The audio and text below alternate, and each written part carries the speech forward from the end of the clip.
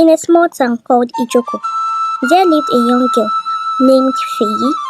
She was just 7 years old, with bright eyes and a soft voice that always made people smile. But Feyi wasn't happy, even though she tried her best to pretend. She lived with her mother, Auntie Kehinde, and her stepfather, Uncle Tayo. Auntie Kehinde was a hardworking woman who owned a fabric shop in Sango Otta. People from far and wide came to buy her beautiful materials. She worked from morning until late at night, always busy with customers, money, and her shop. Feyi, her mother often said, "I work hard so we can have a good life. Be a good girl and behave yourself." Feyi missed her mother when she was gone. She wanted to talk to her, to tell her about her day, and sometimes to tell her something important. But Auntie Kehinde never seemed to have her time. Uncle Tayo, her stepfather, stayed at home most days. At first, Feyi thought he was kind because he always smiled at her. But one day, his smile changed. It wasn't kind anymore. One afternoon, while her mother was at the shop, Uncle Tayo called her. "Feyi, come here," he said. "I want to show you something special. But it's a secret. You can't tell anyone, not even your mother." Feyi did not know what to say. Uncle Tayo was supposed to protect her. But what he did next made her feel scared and confused. He hurt her in a way she did not understand. When she tried to run, he said, "If you tell anyone, bad things will happen. Do you want your mommy to be sad?" Feyi shook her head. Tears rolled down her cheeks. "No," she whispered.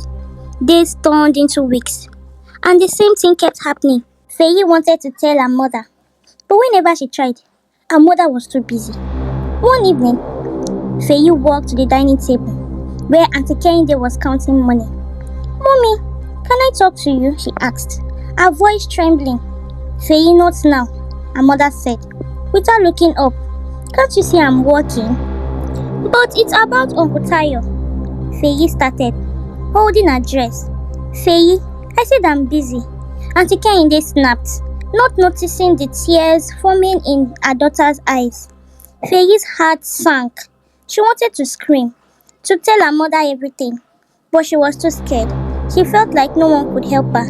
That night, Feyi sat alone in her room, hugging her teddy bear tightly.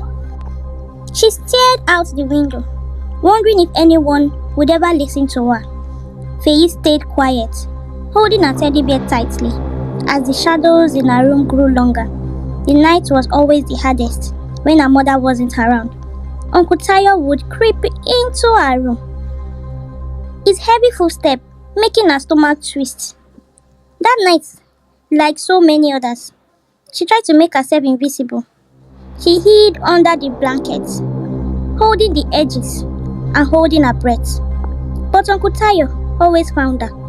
He would whisper, "You know, this is our little secret, Feyi. Don't tell anyone, or something bad will happen." The next morning, Feyi woke up with her heart feeling heavier than ever. She sat quietly at the breakfast table, staring at the bowl of cereal. Auntie Kehinde was already dressed, her purse over her shoulder. She kissed Feyi on the head, without noticing how sad her little girl looked. "Be good today, okay?" her mother said, grabbing her car keys. "I have a very big delivery to make in Sango Otta." Feyi wanted to beg her mother to stay, but she swallowed her words, watching her mother hurried out the door. As the weeks passed, Feyi began to change. She did not laugh or play like she used to.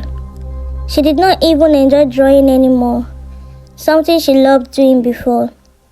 Her teacher, Miss Bisi, noticed the change. During break time one day, Miss Bisi called Feyi to her desk. "Feyi, you've been very quiet lately. Is something wrong?" Feyi shook her head quickly, her eyes looking to the floor. She wanted to tell Miss Bisi, but the fear of Uncle Tayo's threats silenced her. "Are you sure?" Miss Bisi asked. Feyi nodded, even though tears threatened to fall. She ran back to her seat. "Miss Bisi, I said I'm busy." She said, "But it's about Uncle Tayo." Feyi shook her head. Her eyes looking to the floor. She wanted to tell Miss Bisi, but the fear of Uncle Tayo's threats silenced her. "Are you sure?" Miss Bisi asked. Feyi nodded, even though tears threatened to fall. She ran back to her seat. and did not say another word for the rest of the day. That evening, when her mother returned home, Feyi tried again. She followed her to the dining table. Auntie Kehinde was counting money as always. "Mommy, please, can I talk to you?" Feyi asked softly, her voice barely over a whisper. "Feyi, not now," her mother said without looking up. "But Mommy, is very important."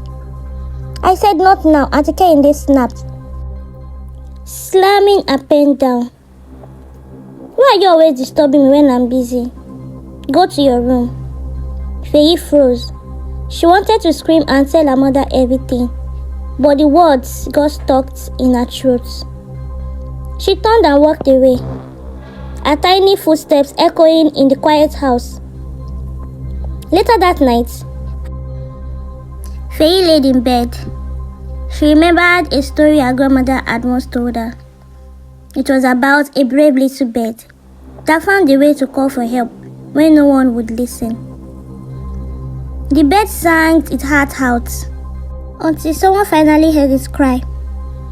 Feyi thought about the story long after her grandmother left to live with her uncle in another town. Maybe she could find a way to sing her own cry for help. The next morning, Feyi sat quietly, thinking about what she could do. She couldn't tell her mother. She couldn't tell Miss Bisi. But maybe there was someone else who could help her. She thought about Mama Fumi, the kind old woman who lived next door. Mama Fumi always gave her sweets and told her stories. Maybe, just maybe, Mama Fumi would listen. The following morning, Feyi woke up with courage to visit Mama Fumi. While her mother was at the shop and Uncle Tayo was in his room, she slipped outside and knocked on Mama Fumi's door. "Feyi, my little sunshine," Mama Fumi greeted, smiling warmly. "What brings you here so early?" Feyi hesitated, holding her dress. She glanced over her shoulder to make sure no one was watching. "Mama Fumi, can I tell you a secret?" she whispered. "Of course, my dear, come inside." Sitting on Mama Fumi's old sofa, Feyi finally poured out her heart. She told her everything about the pain, the fear, and the secret Uncle Tayo had forced her to keep. Tears streamed down her cheeks as she spoke, but Mama Fumi did not interrupt. She held Feyi's hand, her face growing darker with every word. When Feyi finished, Mama Fumi hugged her tightly. "You did the right thing by telling me, my child. No one should ever hurt you like this." Mama Fumi wasted no time. She called a trusted friend, a social worker in the area, and explained what Feyi had told her. The social worker assured her that they will handle the situation. That same day, while Uncle Tayo was in his room, the police arrived. They arrested him on the spot. Feyi watched from behind Mama Fumi as the officers led him away. For the first time in months, she felt a small weight lift off her shoulders. When Auntie Kehinde returned home and found out what had happened, she was shocked and devastated. She cried for hours, begging Feyi for forgiveness. "I'm so sorry, my baby," she said, holding her daughter tightly. "I should have listened to you. I should have been there for you." After Uncle Tayo was taken to prison, Auntie Kehinde made big changes. She hired someone to help her in her shop so she can spend more time with her lovely daughter Feyi. She took Feyi to a counselor where the little girl slowly began to heal. Feyi also visited Mama Fumi often, bringing her drawings and sharing her dreams of becoming an artist. Mama Fumi always reminded her, "You are brave, Feyi. Never forget that." Years later, Feyi grew up to become a confident and happy young lady. She never forgot what happened, but she used her story to help other young children find their voice. She will often say, even a small voice can make a difference. A very big difference at that. Moral of this story: no matter how small or afraid you feel, it's important to speak up when something is wrong. And as adults, we must always listen to the voices of children. they may carry truth that need to be heard. The quotes of today. Listening to a child's cry for help can change their story from one of pain to one of hope. Thank you.